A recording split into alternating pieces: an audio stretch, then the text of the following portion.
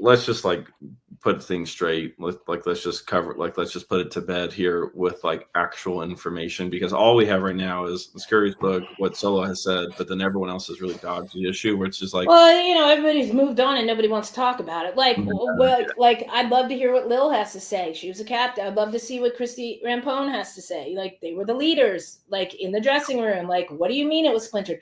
Do I care?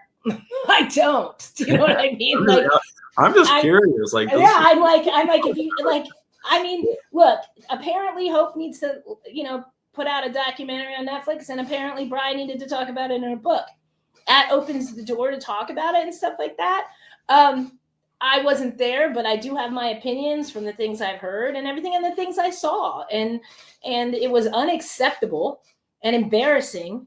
All right, well, hold there. All right, so we're gonna get there. All right, so let's go through the goals real quick.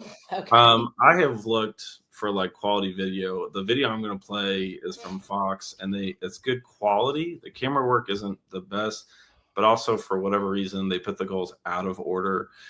So this is the goals here. So they did a little thing before I forget which World Cup this is, but they did like a top 50 moments. It was kind of a cool little thing. But obviously this is one of them. So they kind of spin it a little bit as like, oh, Marta, but really the story is not Marta here. So I'm going to jump to the goals because they're all out of her. So here's the first goal. The U.S. goes down 2-0 at half with a red card. So they're down a person.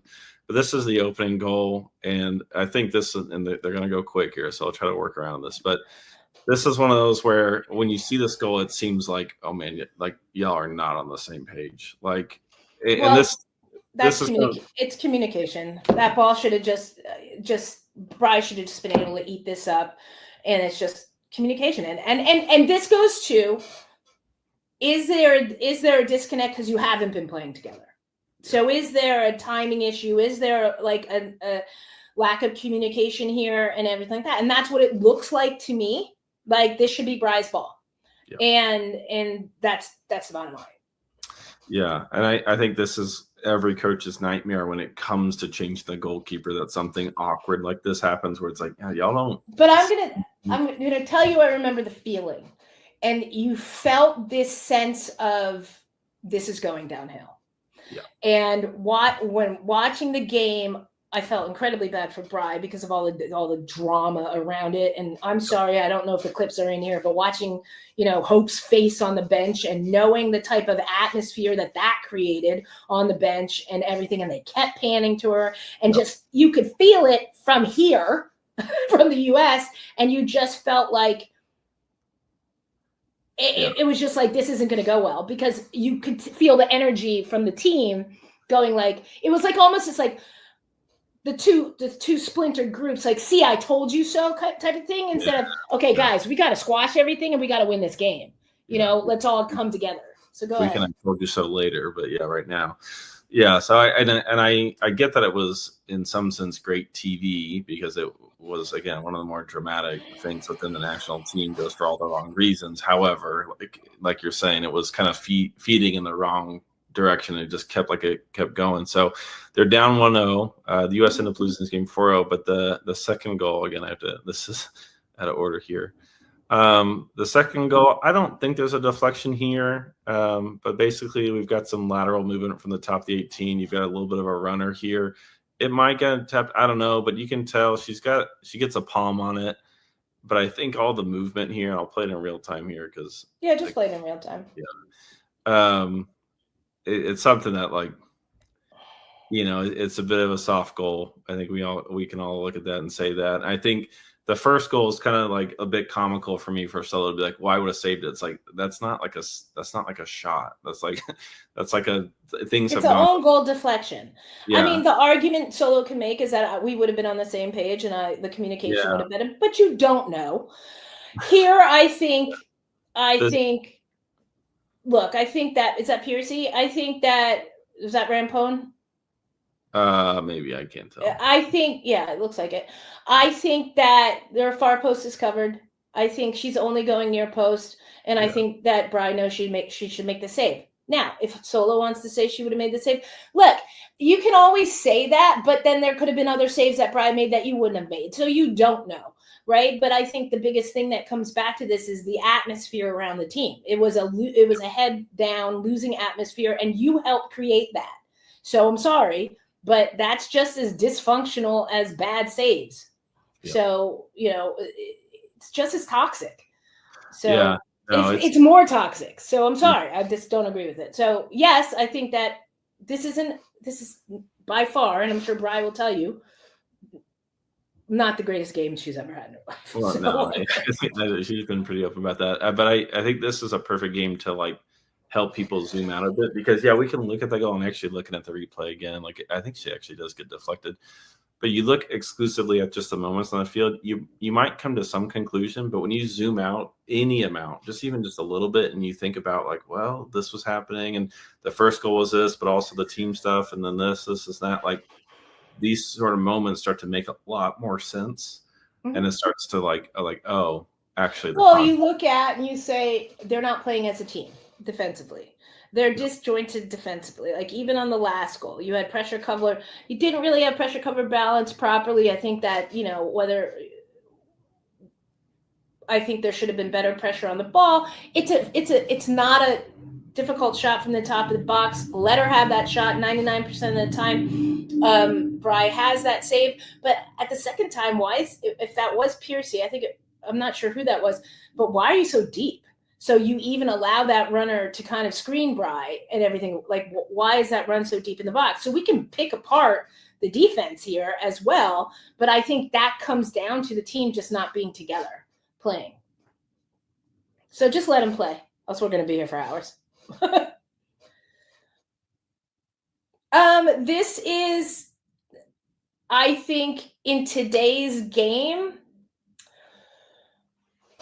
I think Bri's in no man's land in this. I think she comes out, she has to set. Okay, this goes back to old school. Like, don't keep coming because you're going to get the ball passed by you as well. She comes out, she makes herself big, but your distance from the player is so much right now that the goal is too big behind you.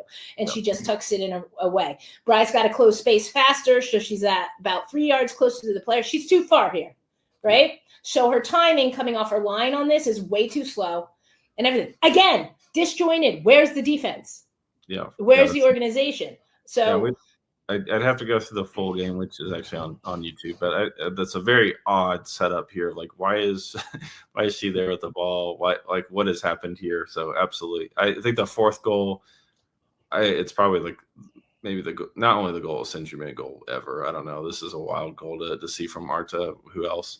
But she embarrasses our entire team here. And again, it's just kind of a mess. It kind of goes through scurry a bit, but also it's 3-0. They're down a person. The game's kind of winding down. Everybody's getting beat here. Everyone's going to roll. I mean, like from an objective standpoint, that's an awesome goal. I think it is, but you've got no cover and balance on Marta. She does the flick one. It's a gorgeous goal by Marta, but she just destroyed our defense. And then Bri, heels back, waits not forward. She's on her heels. She gets beat. The ball goes under her. So it's just, I'm sure nobody wants to talk about it because everybody wants to forget it. Yeah. I want to forget it. Well, yeah.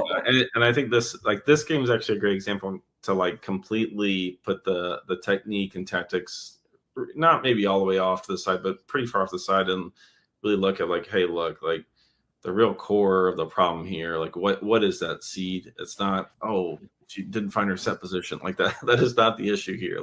There are things way, way more important here. And I think you see here and that's why I said watching that game, I remember the feeling of watching that game and knowing all the drama that was going on, and just watching it was the energy, and it was, the team was splintered and disjointed, and it wasn't together. And that to me is more apparent. And that's what fed into the defense out of position, to Bri letting up soft goals and for Bri's talent, and, and Marta having a heyday like that. It was the perfect storm in a sense. Yeah, truly. Yeah. It's not just one thing that's gone wrong. It's a lot. So, after the game, which is the thing I've paused you on twice now, but we'll get to. So I've got the full quote here, or most of the quote here, at least the start of it. someone someone doing their job asked Solo, what they thought of the decision, and she says it was a wrong decision. And I think anybody that knows anything about the game knows that. There's no doubt in my mind I would have made those saves. And the fact of the matter is that it's not 2004 anymore. The last things here, I'll let you roll on this, but the last things here moving forward is Solo was removed from the team after. In the documentary, she said how they took the whole team and put them in a circle, and they all sat down and they just went around the circle, or whoever wanted to talk, and just list out all the awful things that they did not like about. So I don't know. I mean, I'd be curious to hear from the other side, because Scurry does not mention this in the book directly. She does mention a couple points of some dialogue, but even that was kind of summed up with something of like someone saying, how the F could you have done that, and storming out of the room. Like, there's clearly both sides are in agreement that people are upset, and even Solo has come out afterwards pretty immediately saying that like she wasn't trying to target Scurry. I don't know how you couldn't feel that is at least somewhat targeted, and I think she kind of knows that, but it sounds like her frustration had boiled to such a high level that she's just like kind of scorched earth, like whatever, I'm going to say what I want and roll over. Mm-hmm. And then things are pushing back against her. So she gets removed from the team. She's not with them for the third place game. She doesn't travel home with the team. Mm-hmm. Afterwards, I mean, like I said, not much comes. Welcome to the Keeper Institute podcast. My name is Tori Corsaro. I'm a strength and conditioning and goalkeeper coach here at the Keeper Institute, and your host for today's show. The Keeper Institute is a unique goalkeeper training facility in New Jersey aimed at developing better goalkeepers and better people. On this podcast, we will be discussing all things goalkeeping, character development, and more.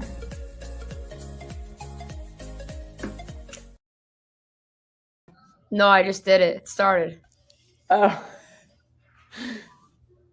Welcome back to another episode of the Keeper Institute podcast.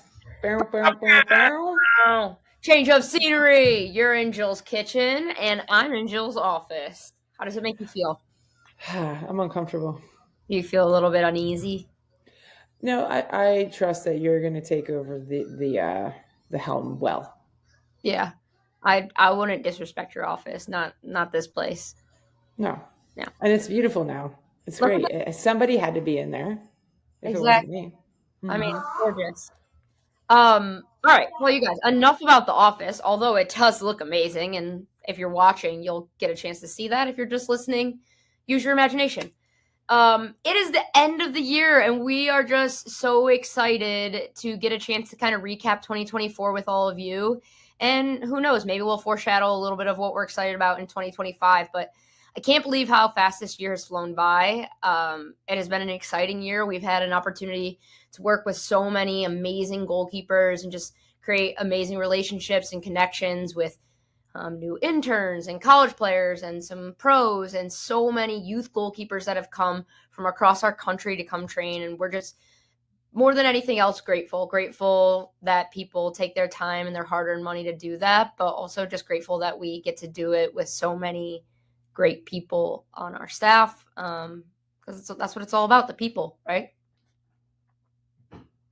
Absolutely. I mean, this has been such an incredible year. I think probably one of the most impactful in TKI's history, not because, anything special happened in terms of a new facility or anything like that, but just the different people that we're getting to meet and impact. And we've seen, I think, the most growth in goalkeepers this year. And it finally feels like in our 11 years that, every year we trial and error new things. And it feels like we're really starting to become a well-grouped machine in terms of our methods, our philosophy, bring so much alignment to the way we coach and bring so much alignment in what we coach.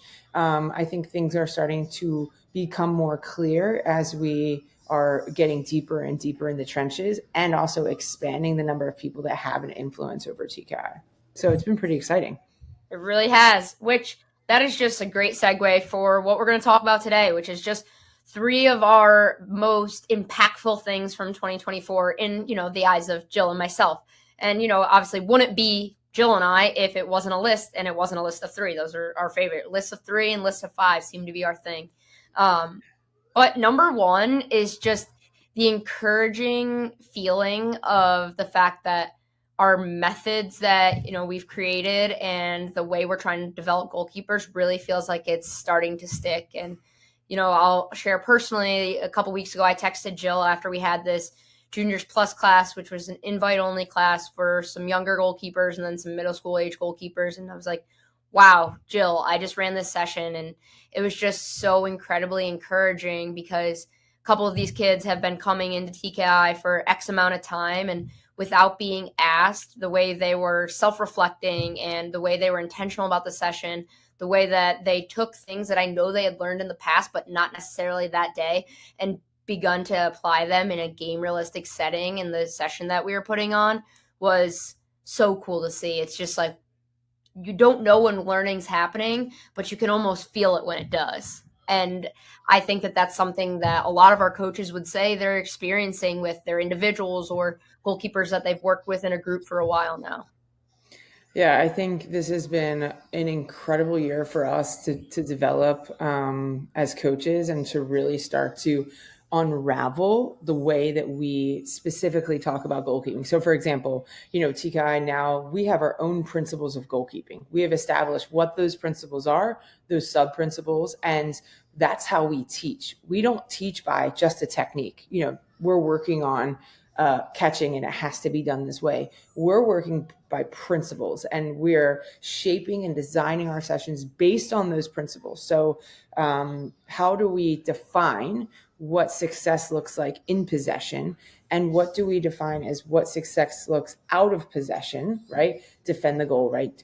Like stop the opponents from scoring. Well, here's our 3 principles that are going to be able to help you to be able to accomplish that goal. And then how do I set the session? How do I design a session that's going to allow for goalkeepers to solve those problems in a divergent way, right? So Tori could solve it one way, I could solve it another way. And then we're continually putting these goalkeepers in situations where they're having to use their tools and their skill sets to be able to be adaptable problem solvers. And I think because of that, we have really helped and support goalkeepers to understand the game more themselves and more about themselves, right? So like, I know I'm quick and I can be super preventative in this circumstance. I might not be as preventative in maybe say protecting the goal area, but I know myself and I do that well, and I'm going to play to my strengths, but I also know I'm going to ask for more support when it's protecting the goal area. Right.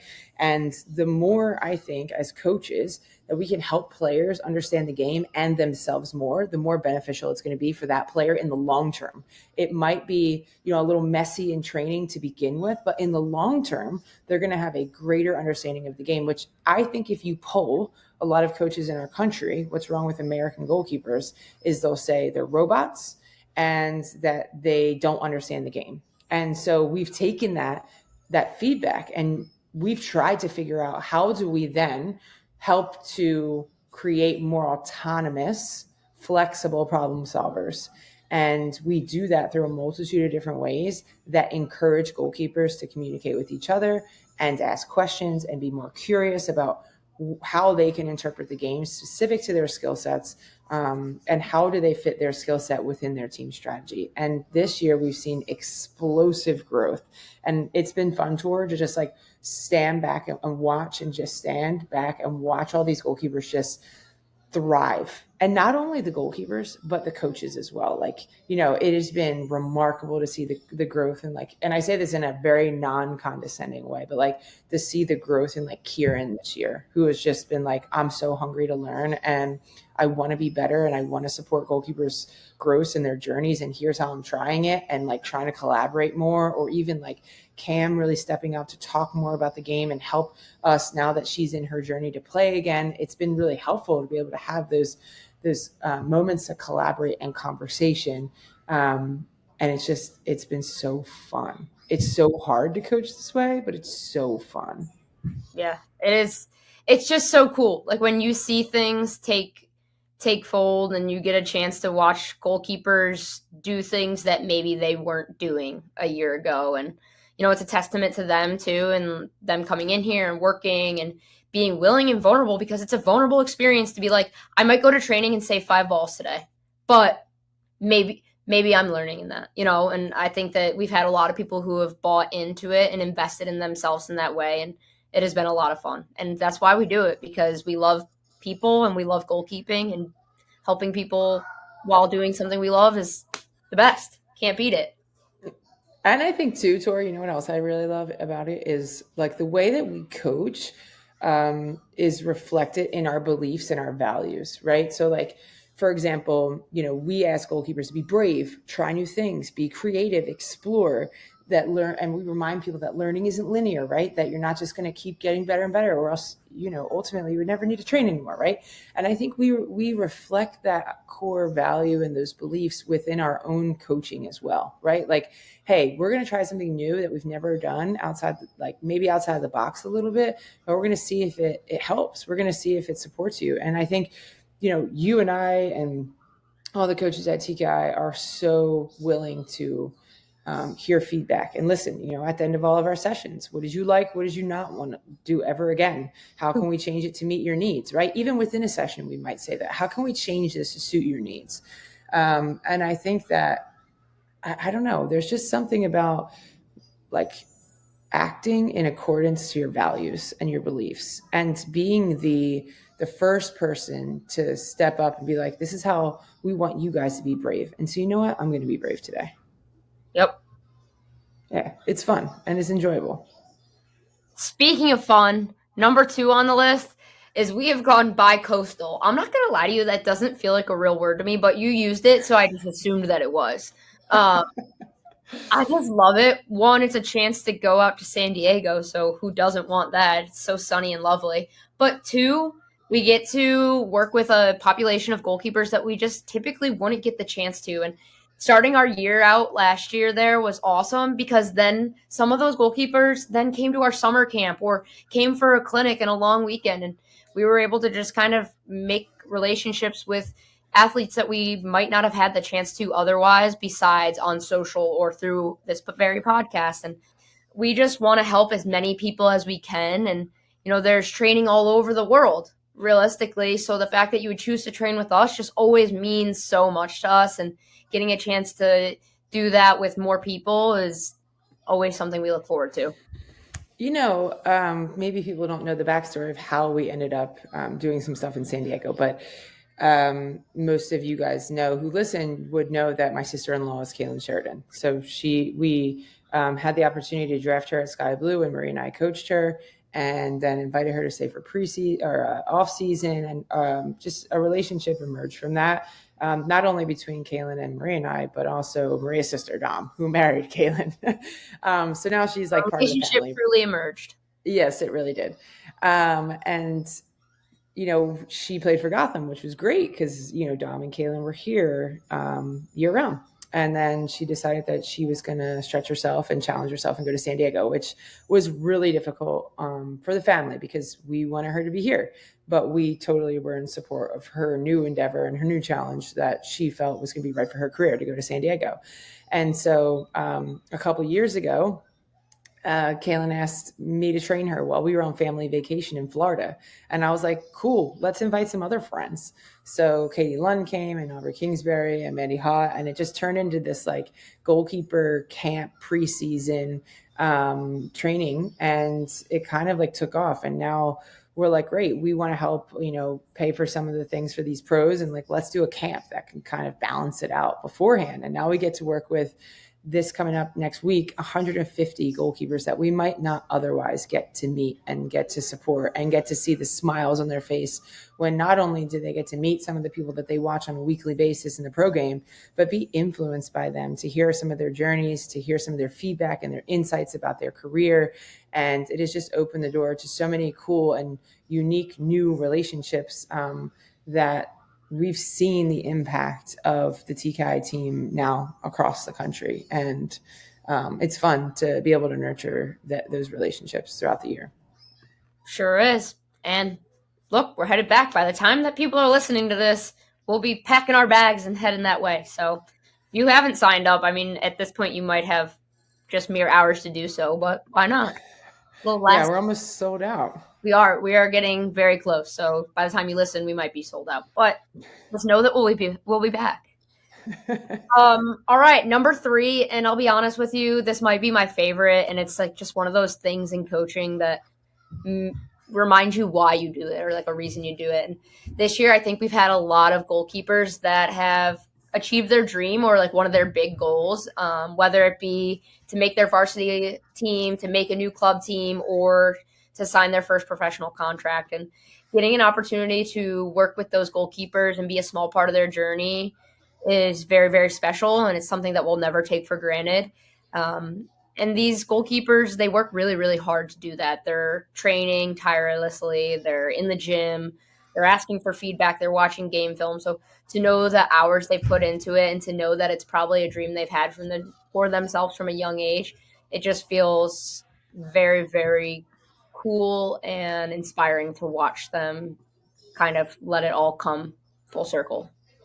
Tori, we talk a lot about it at camp, right? Like, with the staff before camp, and we have these like little huddles, and we give like a pump up talk about how important these moments are. And one of the things I always get to talk about is we're here because of someone else's influence in our life, right? And like no more than my college coach that helped me so much, like believed in me, equipped me. We're all here. Like TKI is a thing because of that coach and his influence in my life. And because he was a teacher, and he was a math teacher, and he was my goalkeeper coach in college. And not only did he inspire me, but he equipped me with the tools. And I attribute so much of my career as a player and as who I am as a coach and who I am as a person back to his influence in my life. And I think that we are privileged now to be able to help people just the way he did, help me in my career. Who's like one of the first people to say like, hey, you should pursue playing professionally. And I didn't even know what that meant. Like, I had no idea. Like, I just knew I didn't want to go back to school, and I didn't really want to use my biology degree. And he was like, you can keep playing soccer. And I was like, yes, that is exactly what I wanted to. Sign me up. Yes. And I remember him giving me like videotapes on VHS of like Arsenal, and just like fueling my passion for the sport. And there's no better job in the world than being able to do that for other people. And, it's not like we know all the answers, and it's not like we're taking credit for anything that they've ever done. Mm-hmm. It is just such a privilege to be on people's journey with them, and just to be there to support and listen and provide some insight, or just a moment to say, hey, you are not alone in this. Like, literally the best goalkeepers in the world feel the same way as you do. And just those reminders mentally, or just to let people know like, hey, we got your back, we're in your corner, and we support you. There is like literally no better feeling than that, being able to help and support people. I hear you. I think that a lot of people who know me too are always shocked when I say this, but the feeling, I didn't think there'd be anything I loved more than playing. Like, I loved playing soccer so much, and I loved being a goalkeeper, and I love coaching more than that. And I really didn't think, I was like, okay, I know I like coaching. I know I'm going to love coaching as a career, but I didn't know that, to me, I think being a coach is even better than getting to play. And it's that the way it feels when these goalkeepers get an opportunity to kind of live out their dreams or become proud of themselves. They don't even have to like find some giant accolade or sign some contract. It's just, wow, I got better, or like my training or my development through being a goalkeeper has helped me in my life make these kinds of decisions. So I think it's such an incredible privilege that we have, and I share that same sentiment that you said. It's great. Yeah, I feel like this has been a fantastic year for us, like so inspiring. Like, we are on this quest, this like journey every day to understand more about the game, more about helping people, more about teaching, more about supporting people. And, I think in the beginning of my coaching career, I felt very burnt out with like the way we were teaching. And now the methods that we've used and the collaboration and, more coaches contributing to TKI, to me, it's so enjoyable. It is a lot of work and it can be a lot sometimes, but it's so much more enjoyable. Like I genuinely wake up every day being like, great, what can I learn? I'm so curious. Like, what else can I learn that's going to help an 8-year-old, understand more about their character or more about regulating their emotions? Or what am I going to learn today about body orientation and receiving so that I can help some of those NWSL pros set them up for success in possession and to be able to accomplish some of those objectives? And I think we are in a really unique situation, Tori, because, I was saying this to someone the other day, is like, I love working with pros. It's fun. It's great. I think that's like a lot of people's ambition in this life, is to work with the best athletes in the world. But I don't ever want to not work with 8-year-olds and 10-year-olds on their first day of training, or 13-year-olds who are going through the grind and really wrestling with their identity outside of soccer, or wrestling with managing the pressure of these situations. To me, like, it doesn't matter what level people are performing at or what they aspire, the ambitions. It is so fun and unique and enjoyable to just meet people where they are and, see them flourish in confidence in the field and off the field as well. I couldn't agree more, Jill. Just always dropping bombs. Okay, I'm gonna do the question of the day today. Oh, yes, okay. And it's a two-parter. What was one of your most memorable? What was one of your most memorable days of TKI this year, and what are you looking forward to in 2025? One of my most memorable days, I think it was probably, the select camps, sometimes they run together, but it was like after one of the select camps, and in particular, it might have been the very last one, because that's when like a lot of people leave, like some of our interns will go, and like our college players will go, and we have a lot of people that come in and out throughout like different times of the year just based on their schedules. And I think that like the huddles and the close up of people leaving is obviously sad, and you and I both hate goodbyes. But just seeing everyone kind of go around and like be upset or be like, I can't wait to see you when we play you, and just watching kind of the relationships that form through there is like one of my most memorable things, because not only are those relationships like from staff members, like, oh, okay, like I've just gained a new friend, or like I play against you in conference, I can't wait to see you, and like I know you got my back and you're going to be watching. But also like recently I've heard the kids be like, oh, so-and-so who's from Florida, like we have a Snapchat message or like a group message, like I heard they're coming again for select camp. And just watching the relationships that form, I think is really special. Yeah, I'm going to echo that, but I'm going to give a specific circumstance that I remember is I love the internship. It's one of my favorite things that we do because we get to do life with people for 8 weeks, and we get to know people on a real basis, and we get to meet them right where they're at. And I saw this summer, we presented at the IGCC, right? Mm-hmm. And I saw Maddie accomplish something, Maddie Prohaska. She had never spread before coming to TKI, and she was struggling with it for the first, month of her internship. And this is like, I guess maybe mid-June or something, we went to the IGCC, and we're in training, and we're not working on spread necessarily. We're just in a session, and she did it. To see her reaction to her spread was incredible. To see everyone else's reaction to Maddie doing it was even better, because everybody knew how important it was for her to be able to accomplish that goal, and everyone knew how hard she was working to accomplish it. But then if you go a little bit further, we watched her first game of the year, and it was against Clemson. At that time was a really good opponent, and she spread, and I have goosebumps. My full body is in goosebumps right now talking about this, because she spread. It was great. It wasn't technically perfect, but it was perfect for her. And to be able to see like, wow, not only one, I'm so proud of her and her resilience and her bravery, but two, it was so cool that like so many people had such an influence in that one singular moment, whether it was, a long time ago when we talked about what the phases were and how to spread immediate, directional, and how it's grown over time, but also how we implement that in training. And it was just like such a proud moment. Like we're making a really great impact on at TKI on people. And, I'm really proud to say that I work at TKI. Snaps to that, girl. All right. What are you looking forward to in 2025? I'm looking forward to so many things.